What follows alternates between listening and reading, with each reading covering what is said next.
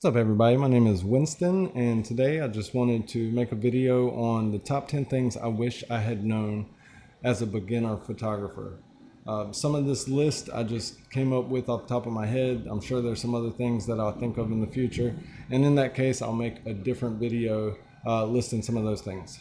So let's get right into it. I've got a list right here if you see me looking over here. First one, number one, focal length. What is focal length? I heard a lot of lens talk where people were saying 24 millimeter, 50 millimeter, 85 millimeter. And to be honest, I didn't have any idea what that stuff meant. I just knew that there were different kinds of lenses, but I was afraid to ask anybody because it was embarrassing. I was already taking pictures of people. At that point, I think I probably was even charging people money and I didn't know what focal length was.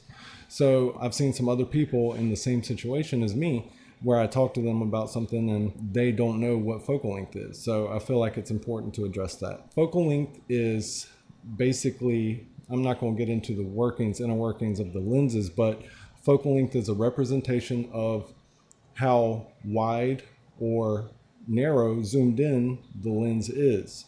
The lower the number, the wider the lens. So let's say, for example, you have a 24 millimeter lens, or even go down further, let's say 16 millimeter lens. Those lenses would be good for things like landscapes because they would be wide and you would have a wide field of view that you could see just more stuff in general, just a wider field.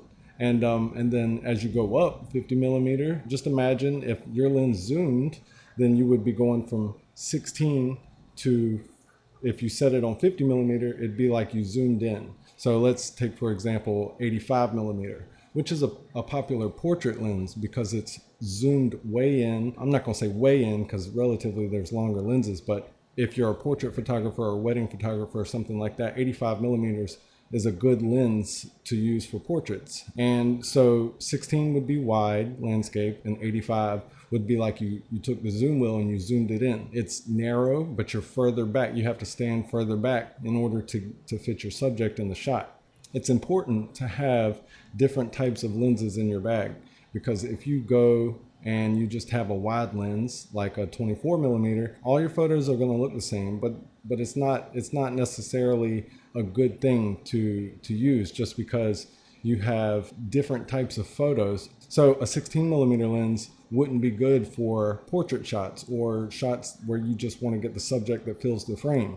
24 millimeter would be best if you're taking pictures of groups of people or stuff like that. So it's really that simple. Smaller numbers, wider lens. Larger numbers are more zoomed in and have a narrower field of view as opposed to the wider lenses. Also, another thing to keep in mind, or a question that I forgot to ask, or a question that I was too embarrassed to ask, was I heard people mention prime lenses. Now, what is a prime lens and why is it important? Prime lenses are lenses that only have one focal length, okay? There's no zoom ring on it. You can't go in and out with it. If you look through the lens, what you see is what you get. That's all you're gonna ever be able to see is that one focal length. Prime lenses are my favorite because they have a wider aperture, and we'll get to aperture in a minute, but they have a wider aperture or more open aperture than lenses that have zoom. So prime lenses typically are a better quality lens, in my opinion, than a lot of zoom lenses, and you can really get better low light photos with prime lenses because you can let more light in with an open aperture. Next, while we're talking about aperture, number 2 on this list is aperture for me. I feel like aperture is something that's important to talk about. A lot of people don't really get the grasp of aperture, and aperture or f-stop, they're the same thing. It's an important concept to know. Aperture is inside of the ring, and I'll put a picture up. Inside of the ring, there are a bunch of blades that form a circle and basically a hole in the center of the lens. And these blades allow the hole inside the lens to open up or get smaller. And while you're opening and closing this lens, it lets more or less light in. And it's basically just a hole with a controllable diameter inside the lens.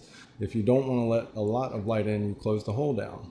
And it's got a side benefit though, which is depth of field. It's a benefit in my opinion, because I really love shallow depth of field. So when you have the lens or the aperture, the hole wide open, then depth of field is really shallow. So there's you have a lot of blur, especially on prime lenses, when you open your aperture all the way up. And I'll show an example of that as well. What is the blur difference between a closed and an open aperture? Aperture is something that you take into account when you're deciding how you're going to take your photo. Do you want a shallow depth of field? Do you need to let a lot of light in? Then aperture would be something that you control to let more light in or get a shallower depth of field. Speaking of depth of field, I think that's the next question. Number 3, what is depth of field? How does it work? Depth of field is basically what plane, okay? A plane as in if you're shooting at a subject and you focus on your subject, a shallow depth of field would mean that anything in front of and behind them would be out of focus. A large depth of field would mean that stuff would still be in focus. And you see a lot of professional pictures where somebody takes the photo and everything behind them is blurred out, really blurred out. Those types of shots are typically done with prime lenses or really long focal length lenses, 200, 400 millimeter lenses, get that kind of shallow depth of field. And I'll explain why that works. But depth of field is good for separating your subject from the background. So if you're taking a photo of a person in front of a busy background, then you can open your aperture up, the ring in the lens, open it up. It'll let a lot of light in, which is good. And then it'll also make your depth of field shallow. And in that case, that's good for separating them from the background. It'll take all the noisy background or the busy background that you have, and it'll make it blurry so your subject stands out. The best lenses, or the lenses with the best depth of field, are prime lenses, like I explained, where you can open the aperture up more than zoom lenses. The way that it works is prime lenses their aperture can open up to sometimes 1.2, I believe, is like the highest that I've heard. I know some other lenses might go higher. When I say higher, it's inverse. So the lower the number, the wider the ring. So we have a 50 millimeter that goes to 1.2, which the circle is like wide open at that point. You have zoom lenses, which can't go under 2.8. So 2.8 is not as open as 1.2. So the lower the number, the more open the circle. And that's why prime lenses, you can get a 50 millimeter for $100, Nikon or Canon, and that has a 1.8 aperture, which for me, that $50 lens can take better pictures than, you know, some more expensive lenses, zoom lenses that only go to 2.8. And 2.8 is not bad, but you really get like a nice shallow depth of field at 1.8, or really like 2.2 and below is optimal if you really want a shallow depth of field with a prime lens that's under like 100 millimeter. Another way to get good depth of field is to be closer to your subject. So if your subject is say 20 or 30 feet away, when you take the picture with them, when you take the picture of your subject, then you're not going to have a shallow depth of field unless you have like a long lens, like a long focal length, you know, something like 200 millimeters. You have to be that far away to take the picture of them, and then at that point you would get a shallow depth of field. But if you're using something like a 50 millimeter and you take a picture of someone and you're far away from them, then you're not going to get that as shallow or any like really noticeable depth of field as if you were like say 5 feet from your subject. If you're 5 feet from your subject and you use like a 50 millimeter, then the background is really going to be blurred out if you're under 2.2 or you know, sometimes you can go a little higher. So distance affects how shallow the depth of field is. So the closer you are to your subject, the shallower the depth of field is going to be, or the more blurry as well the background is going to be. But the lower the number or the wider the aperture is, the shallower the plane is. So you're only going to be able to get so much in focus. Let's say that this is 4.0. If you go down to 1.2, it might be like this. So if you take a picture of my face, then my ear will be out of focus. Even if my nose and eyes are, my ear is going to be out of focus. And that's something to keep in mind. That's why it's important to learn how to use manual mode so you can control aperture, shutter speed, and ISO independently and figure out which setup is going to be the best for you. Next, I'd like to talk about, or number 4, is motion blur. Motion blur and shutter speed. This was something that I was having a problem with in the beginning. A lot of my photos were coming out blurry, and this isn't something that you can always notice when you look at the back of a camera. if you look at the back of your camera, the little screen that you have, you don't always see whether your subject's in focus or whether there's motion blur or not. So there's a rule of thumb that you can use to help you keep motion blur under control. If you have your shutter speed set to a low number, like say 1/50th of a second, or even lower, 1/25th of a second, or something like that, then if you take a picture and the person moves at all, there's going to be some blur there. You want to try to avoid that because motion blur is not the way to get a nice, clean, sharp photo. The rule of thumb is to double your focal length. And that's something, I don't know if other photographers use it, but that's something that I've used in the past. If I'm using a 50mm lens, then I try to stay at 1/100th of a second or faster. So 1/200th of a second or 1/400th of a second, because that will help you from not having motion blur. Now, if the person's like moving around like crazy or dancing or something like that, then you're going to have to go up. At least being at 1/100th of a second would be your best bet, but I like to stay at 1/400th of a second or faster if I can, if the light allows for it, because then I know that I'll have a sharper photo. If you know how to shoot in manual mode, then, and you have to raise your shutter speed, say you're shooting a sports game or something like that, and you're noticing motion blur in your photos and you have to turn your shutter speed up, then at that point you can compensate. If you're using prime lens, you can turn your f-stop down or open your aperture up, and that will allow more light to come in. And the same with ISO. You can turn your ISO up if your camera body will allow ISOs that won't give you a grainy image. Then you can turn the ISO up and then the aperture down, and that will help you compensate for having to turn your shutter speed faster or make your shutter speed faster. Fifth question is, I'd like to talk about what is the best time of day to take photos. And a lot of people still don't know this concept, or I see some photographers shooting in the middle of the day around noon, or sometimes when we're booking a photo shoot, somebody wants to do it at around noon or 2 o'clock. And honestly, that's just, the worst time that you can take photos, period. I mean, there's a lot of problems with shooting that early in the day when the sun is bright and that high in the sky, that it just doesn't make for flattering photos. So the best thing that you can do is try to aim for what's called the golden hour, which is the hour before sunset. The reason why it's better is because at that time of the day, the sun is on the horizon, so it's not directly above you. If just imagine if the sun is directly above you, the light is shining straight down. And then, so it hits your nose from above, and creates shadows on your face. Your eye sockets will be dark because light that's hitting your eyebrow, and then you'll just have like raccoon eyes, stuff like that. You'll have hard shadows all over you, and especially your face, and it just creates a problem. You can't get beautiful photos that way unless some people who have experience as photographers know that you can shoot in the shade, or you can use a reflector as a fill light or something like that. But at that point, even if you're shooting in the shade, any area that's not in the shade that's in your photo is just going to be blown out. If your subject is in the shadow, then the rest of the area around them that's not in shade is just going to be super bright, and it just doesn't make for great photos. So it is possible to shoot that early in the day if you know what you're doing, but it's better to get as close to sunset as possible, at least the hour before, and they call that the golden hour.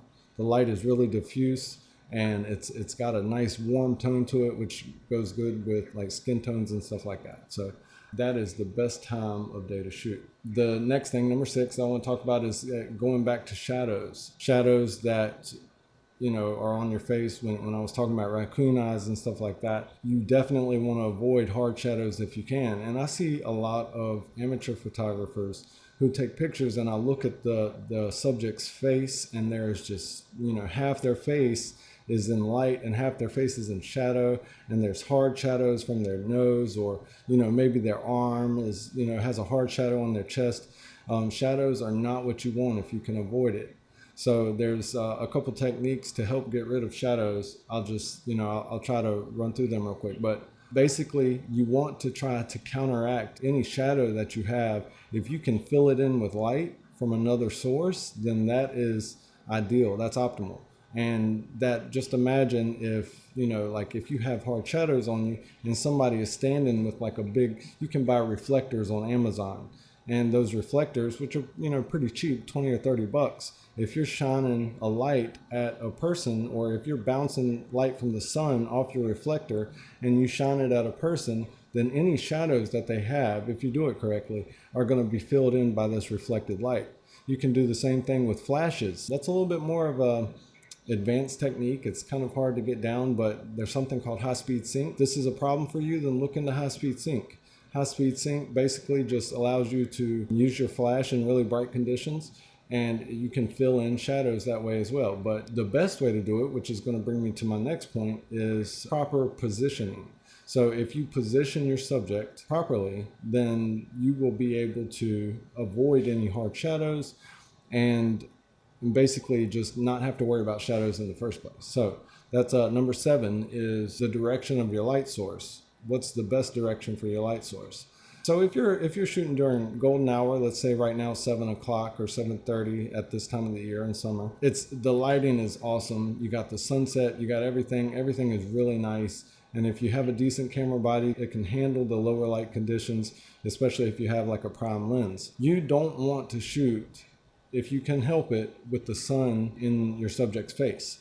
If you're shooting somebody and the sun is shining in their face, it's just, a lot of times you'll notice that they squint. It's not flattering looking. There's no rim light from that, which is basically when the light, hits somebody's back or hair, they call it hair light or rim light. You don't get that if the sun is facing your subject. So what you do is try to turn your subject so the sun or the light source, whatever that may be, is to their back, which creates a little bit of an issue with how bright your subject is, because that'll make your subject look duller, and I'll give some techniques on how to fix that. But you basically just don't want your subject's face or body facing the sun if you can help it. Sometimes it's okay. This is not like a firm rule. It's something more like guidance, just something that for you to experiment with. But basically, if you put the sun to their back, then you get hair light and rim light from, on their shoulders, on their hair, on their head, everywhere like that. And that helps to separate them from the background, for one,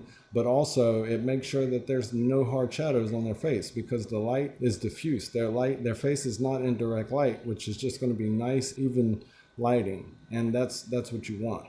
So just turn your subjects back to the sun. And then when you bring them into Photoshop or Lightroom or something like that, you'll notice they're a little darker, but you can fix that by bringing the shadows up. You can use a brush to bring the shadows up just on them, or you can just turn the shadows up on the whole photo. Either way, you can fix that better than trying to fix somebody who has hard shadows on their face because their sun's in direct light. Maybe I'll make another video in the future on how to edit photos like that. Number 8. The next point that I have is taking group photos of people and what kind of aperture or f-stop to use in situations like that. For a long time, I always loved shooting wide open. I took pictures of groups and nightclubs and stuff like that. I took pictures of people at like 2.0, even if it was a group of people. And then when you get them on the computer, you realize that the depth of field is so shallow that these, some of these people in this group are out of focus, and that is obviously not what you want. So in order to fix that, you need to turn your aperture up, and then close that circle inside the lens some. It's going to make the photo overall a little bit darker, but you can compensate by turning the ISO up or the shutter speed down if it allows for it. But basically, you just want to shoot, if you have like two layers or 2 planes of people, you want to try to shoot f4, f5, or even higher. f8 is probably the sweet spot. I don't like shooting that high. If I can get everybody in focus around f5, then I'd rather do that, just because I like depth of field and I like having more light come into the lens like that. The next topic I want to bring up is this is number 9, back button focus. Back button focus is something that is not, you see a lot of people say, well, this changed the way I shoot and it changed things for me. I don't think it's like that revolutionary, but it's definitely something that you can use when you're shooting, because a lot of people, they hold the shutter button halfway down to focus on a subject, and then they take the photo after it focuses on the subject. And then if you need to take multiple photos of a group of people or one person, I never take just one photo of somebody. I take probably 5 or 10 of the same setting, no matter what we're doing, just to make sure that I have enough photos for blinks and stuff like that. But what you want to do is, and there's YouTube videos for every camera on how to set up back button focus. But with back button focus, you put the focus indicator on somebody's eyes or wherever, and you hold it down. And as long as you're holding it, depending on how you have it set up, as long as you're holding it, it'll lock focus right there, and you can take as many pictures as you want just holding that button down and keeping focus in that same spot. So it's good for if you're taking pictures of stationary objects, portraits, stuff like that, especially if you take multiple photos of the same scene to make sure that you get it right, or using high-speed shutter or something like that, where you take 5, 6, 7 photos a second. You don't want to have to focus before each one of those photos, so you set back button to focus. It goes from there. It's really good. So you just hold back button focus, take the photos, and you're in there. Just look it up if you think that it's something that you take advantage of. The last thing, number 10, is composition. Composition is something that is really important. I'm not going to go into detail, but I think that anybody who is a photographer, if you don't know anything about composition or even just the basics, look it up on YouTube. The rule of thirds is basically, you don't want to take a horizontal photo of somebody with them standing in the center. A lot of times, unless you have things on the sides that are interesting or whatever, you want to try to put the person on the left third or the right third of the picture. There's other types of compositions, the golden spiral and stuff like that. There's just so many, and I would suggest looking up some YouTube videos on composition, the golden ratio, rule of thirds, stuff like that, to get a better understanding of what I'm talking about. Anyway, that'll be it for now. I really appreciate anybody who's watched. This is really my first video doing this, so I'm sure I seem somewhat nervous. That's okay, I'll get better. Anyway, thank you for watching, and we'll see you soon.